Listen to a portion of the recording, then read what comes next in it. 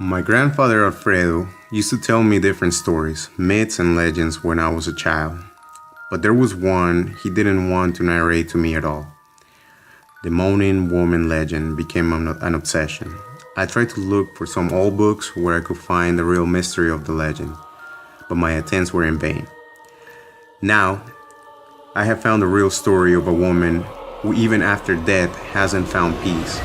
A grisly legend I'm going to tell you coming up.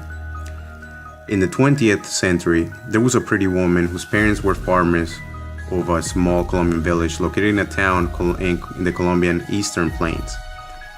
She wished to travel to another city where she could find better studying and working opportunities.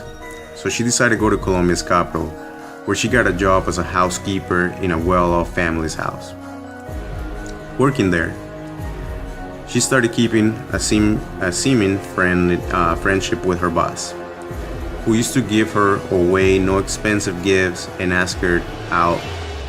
Though he was married, it was such a strong friendship that it quickly became a romance, or better say, an impossible love story. Like a fairy tale relationship for her, but a trouble for him. She fell in love with him. Months later, the boss and she continued flirting until a warm and full of stars night they slept together.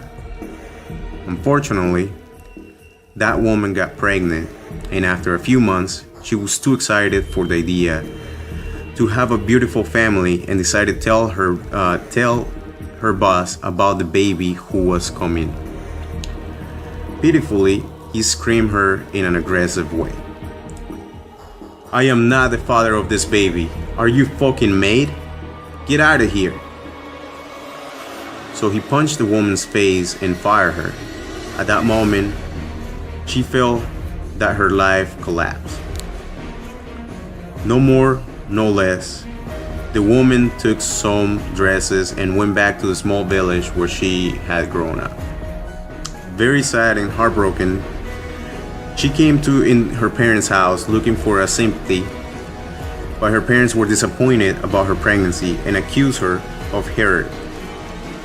Because of this, the woman spent her entire pregnancy crying, regretting all what had occurred between her and her boss, selling fabrics in the village square and showing everybody else her sad life that could see reflected on her face and the look on her not brilliant black eyes.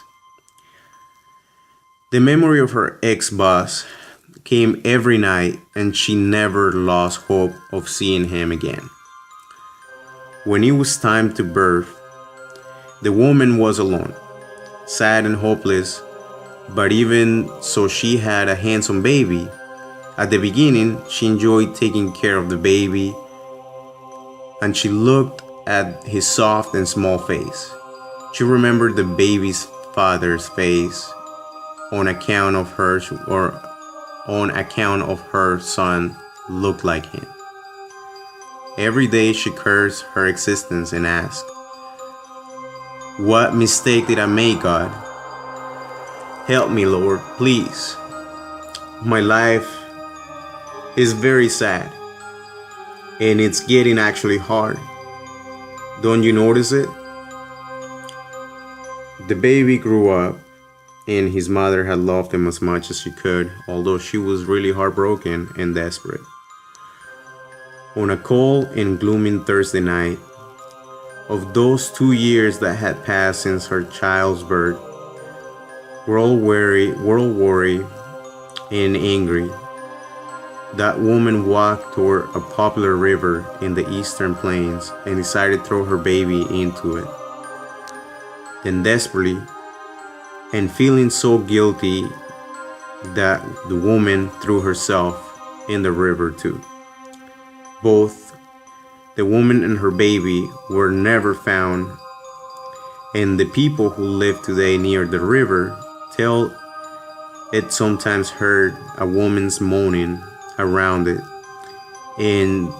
or she has been walking around some agent's river roads, crying tears of blood and saying desperately, "Where is my child?